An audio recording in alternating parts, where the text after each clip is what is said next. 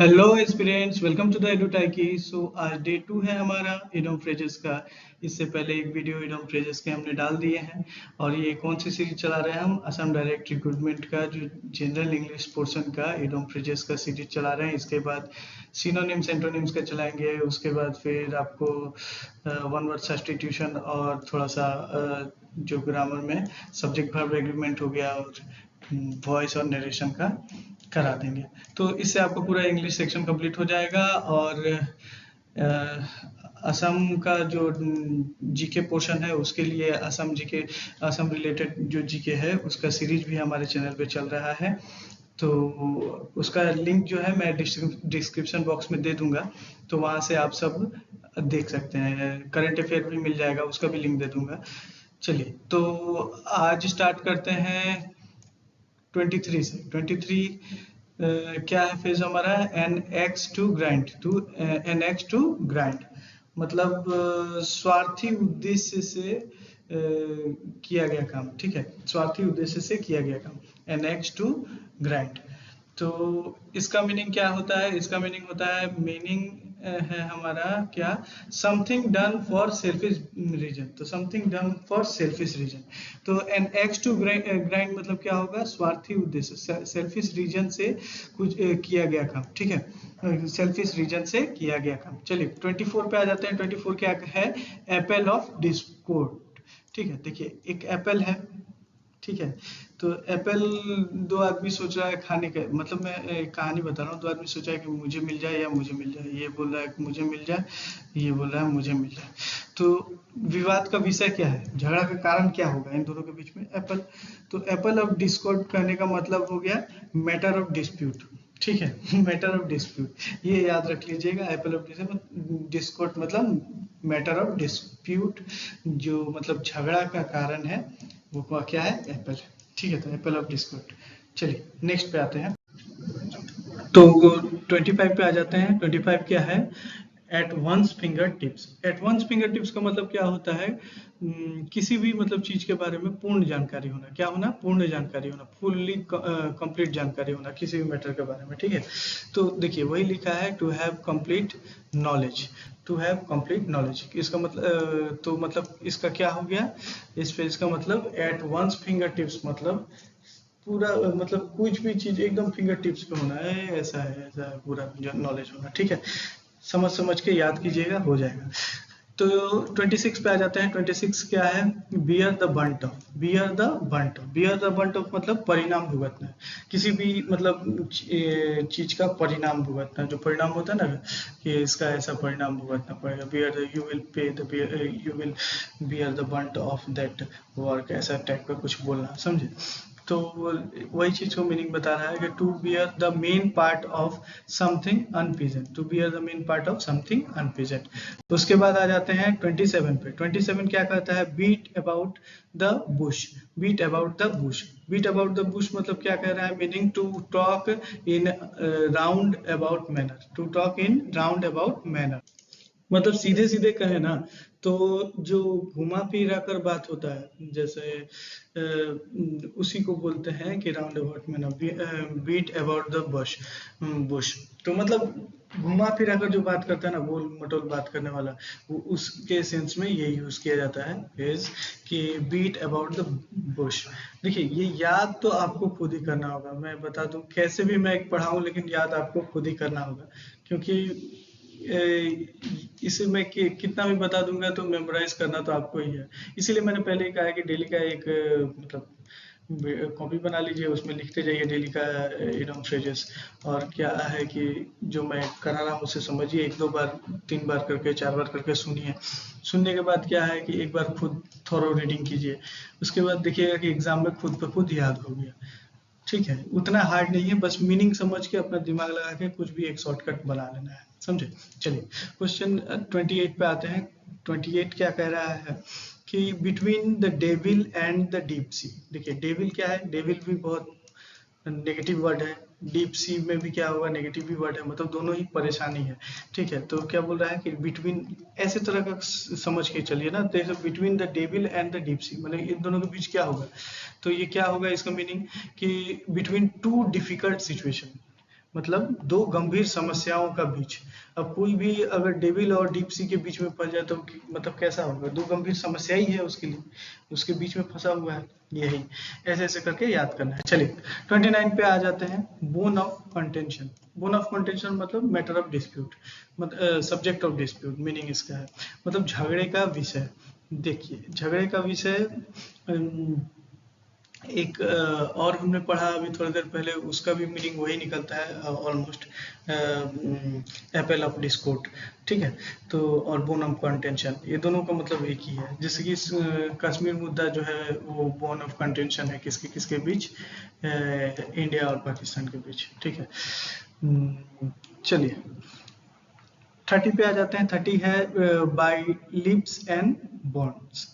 Bye leaps and bounds meaning क्या बोलता है, एट रैपिड पेस। देखिए ये बाय लिप्स एंड बॉन्ड्स हम यूज करते हैं हिंदी में तो ज्यादा आपको समझ में आएगा, दिन दुगना रात चौगुना जैसा नहीं कि उसका तो ग्रोथ है भाई, दिन दुगना रात चौगुना ऐसा टाइप का जो हम मतलब मुहावरा बोलते हैं ना कि दिन दुगना रात चौगुना कमा रहा है यार, तो उसी को इंग्लिश में क्या बोलेंगे, by leaps and bounds. By leaps and bounds at rapid pace, मैंने एकदम पूरा एकदम शार्पली बढ़े जा रहा है वो, ठीक है। बाय लिप्स एंड बॉन्ड्स मतलब दिन दुगना रात चौगुना, ठीक है। चलिए 31 पे आ जाते हैं, चिकन हार्टेड। चिकन हार्टेड मतलब देखिए चिकन होता कैसा है, चिकन आज जो पोल्ट्री वाला होता है उसका तो कुछ जान ही नहीं रहता है ना, तो कमजोर है वो, कायर है, लड़ नहीं सकता मार के खाली खाने के लिए बना हूँ, तो ठीक है। तो उसमें क्या मीनिंग क्या है, लैकिंग करेज एंड कवर्डली, तो मतलब जिसके पास करेज नहीं हो, जिसके पास ये नहीं हो, क्या बोलते हैं, ज्यादा साहस नहीं हो, वो कायर टाइप का व्यक्ति, तो उसको क्या बोलेंगे, चिकन हार्टेड। तो ऐसा कोई व्यक्ति हो उसको चिकन हार्टेड बोल सकते हैं, ठीक है, जो मतलब साहसी नहीं है तो उसको चिकन हार्टेड बोल दिया। इस टाइप के करके मतलब कुछ कुछ करके आपको याद करना होगा इसी तरह से।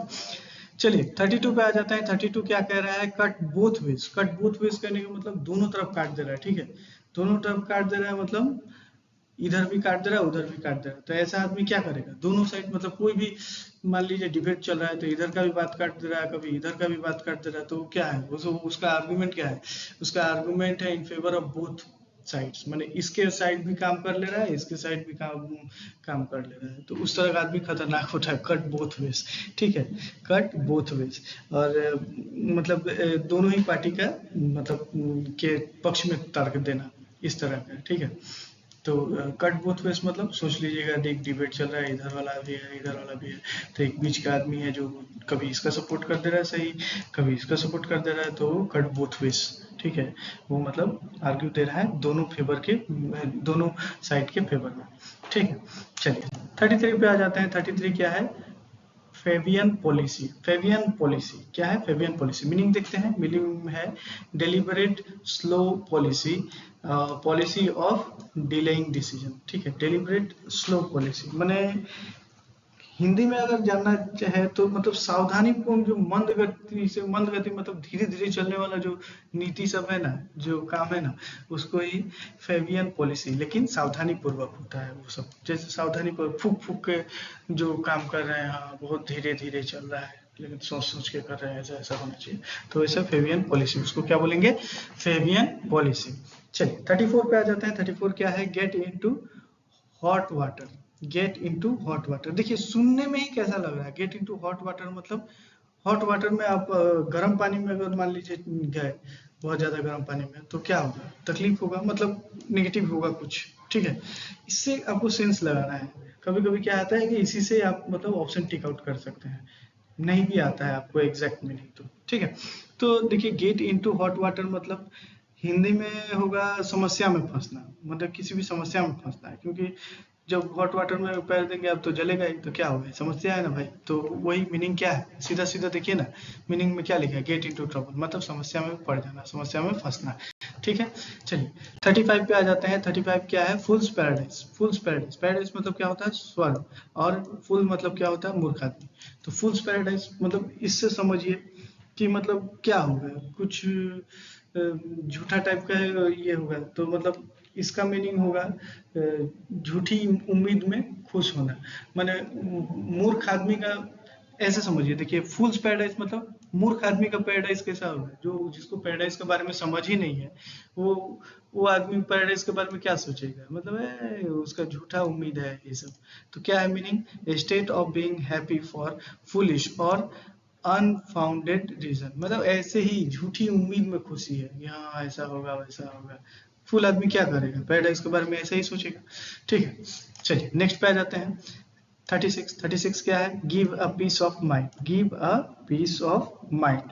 देखिए इसमें कुछ समझने वाला नहीं है, इसको सीधे याद करना है। Give a piece of mind मतलब डांटना या फटकारना होता है हिंदी में, ठीक है, डांटना या फटकारना।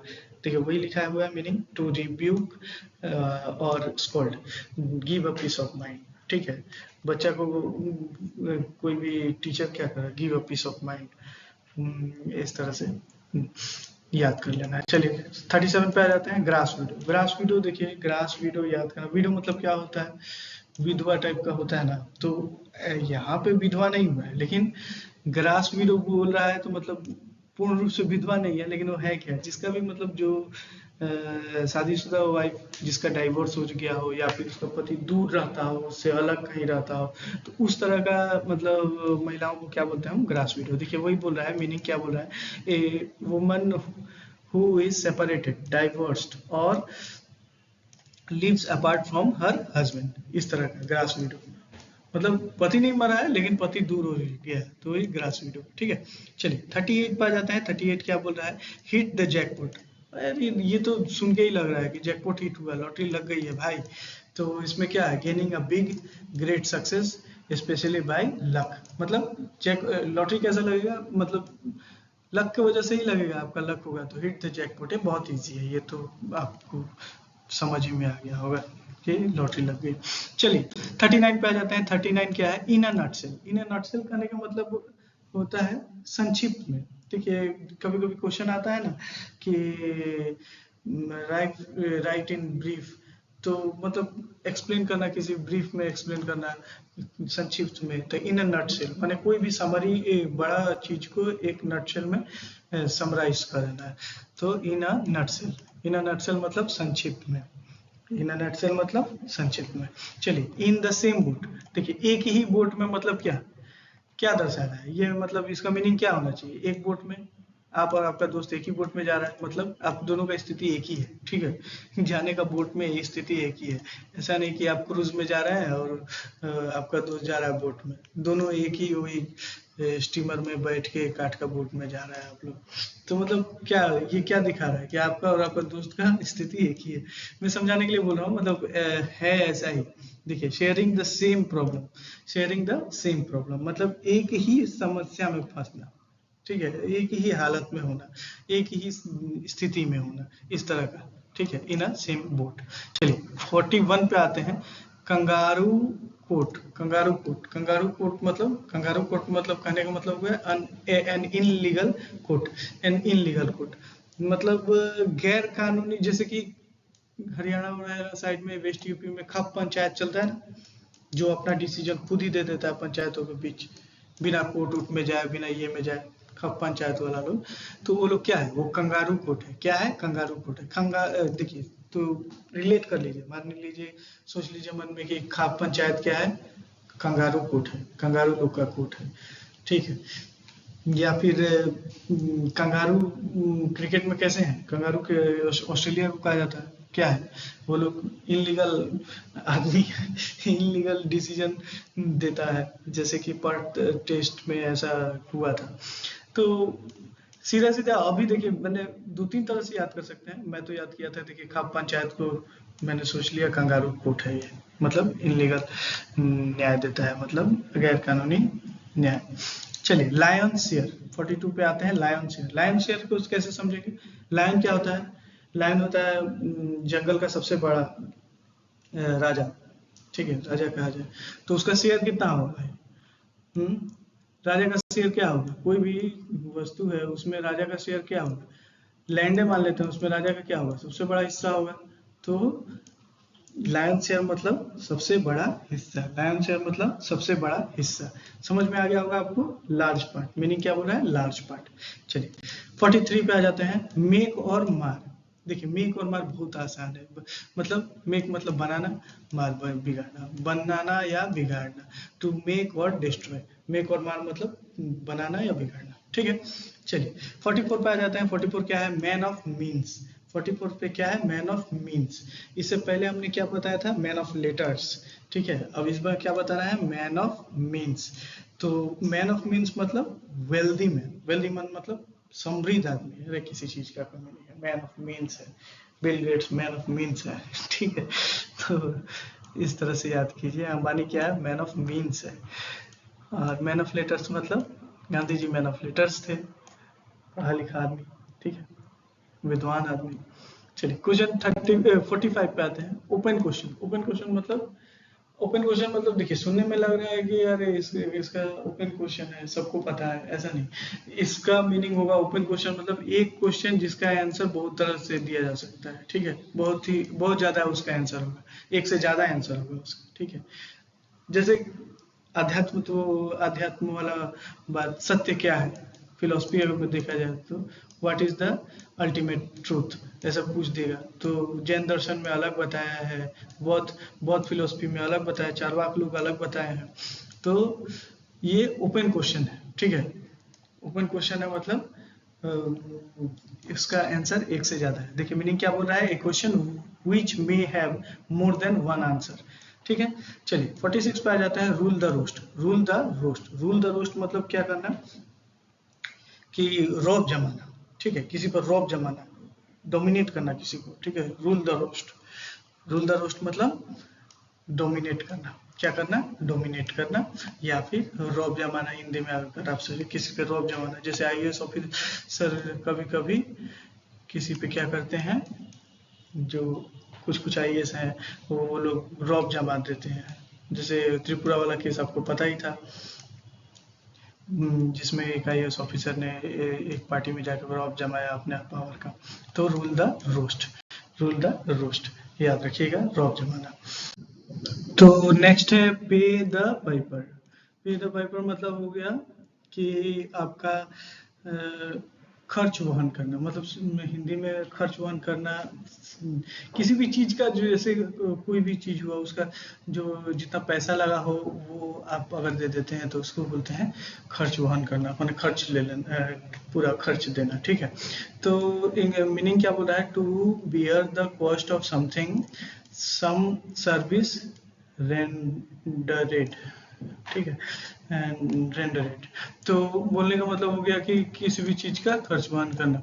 तो to bear the cost of something, to bear the cost of something, कुछ किसी चीज का पैसा दे देना, ठीक है।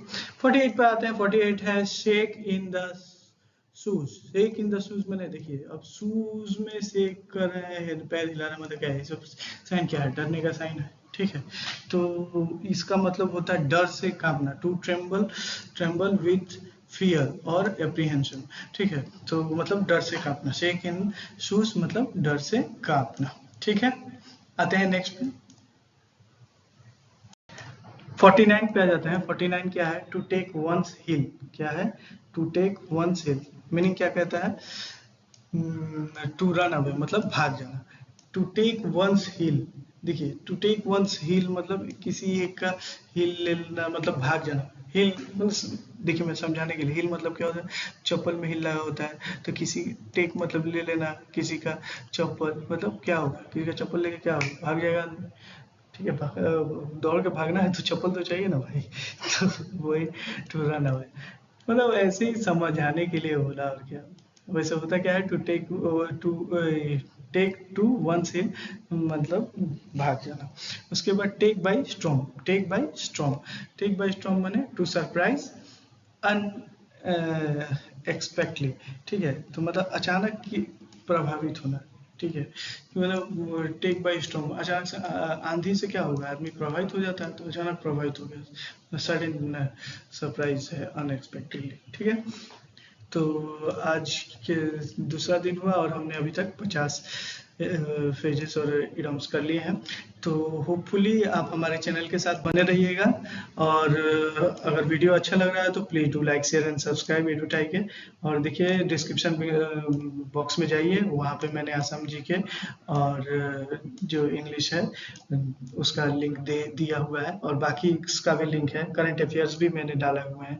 तो मतलब एडीआरई के लिए पूरा फुल प्रिपरेशन हो जाएगा आपका इस चैनल से, तो सब्सक्राइब कर लीजिए। Okay, thank you.